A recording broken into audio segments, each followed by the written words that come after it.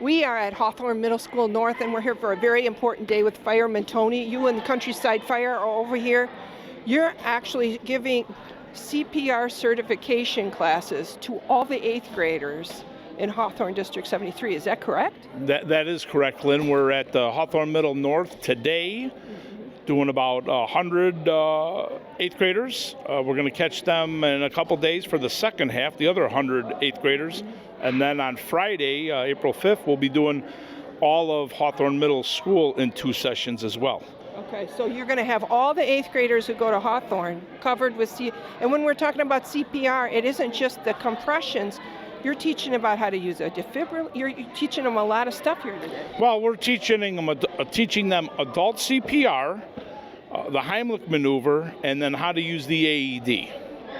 So that's kind of like, that's all the things you would ever want us to do as non-paramedics to stabilize somebody until you called 911 and you guys got there. Absolutely. That's the partnership. We want to make sure we have as many people here in our Countryside Fire District certified in CPR as possible. Well, can you give us a short little lesson? Because back way in the day when I took this, there was a lot of breathing, it was a lot of moving around, but you had one move you taught the kids today about the recovery position that could be the most life-saving thing you can do even if you don't do anything more. Yes, the recovery position is going to be used when we find somebody unresponsive but breathing, and we want to put them on their side in the recovery position to prevent them from choking on any bodily fluids, which is possible if they're laying flat on their back. Mm-hmm. So even if you're scared, even if you're not strong, even if you don't know what to do, we can turn somebody on their side and turn their head to the side. Absolutely, and then they're learning the actual technique, what limbs to move where,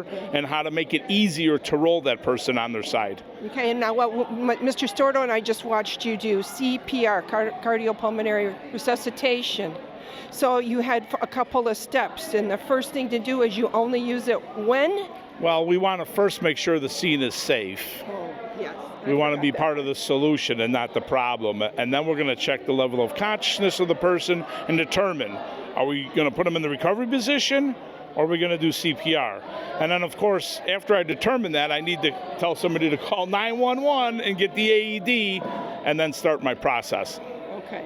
And when we do CPR nowadays, it's maybe not the same as what I learned. Can you tell us, it's compressions and slow breaths? It is. It starts with compressions, 30 compressions and 2 breaths, and that's for everybody. When I say everybody, that's adults, children, and infants, okay? We're focusing on adults. That's who typically has heart attacks. Mm-hmm. And when we say 30 compressions, you're telling the kids it's a fast pace of 30. It's 120 compressions per minute. And we're going to do 30 compressions and 2 breaths, and we got to continue that. We got to continue those sets and not stop. And I thought it was interesting, too, because you said, where do you put the heel of your hand to do those 30? And that's 2 per second is quick. It's a quick pace. You put your hand, you said, between the nipple, not in that little dip I got above my tummy, but you got to put it up higher. Yeah, we need to explain that the xiphoid process right here is not the location where the ribs meet. It's higher on the center of the chest over the heart. So if you're wondering if you're in the right place, slide it up a little higher. Absolutely. Okay, that is a really quick. That isn't certifying anybody. But hopefully that's some information to ring some bells if they've had certification, or just to remind you of the steps you got to do. And that's something where the key is always what we tell people is to call you guys and get you there right away. So when in doubt, call it out, 911. 911's the thing. Thank you very much, Fireman Tony and the Countryside, for doing this for all these kids. Thanks for making our community safer through the kids and through all your hard work. Thank you so much, sir. You're welcome. Glad to do it.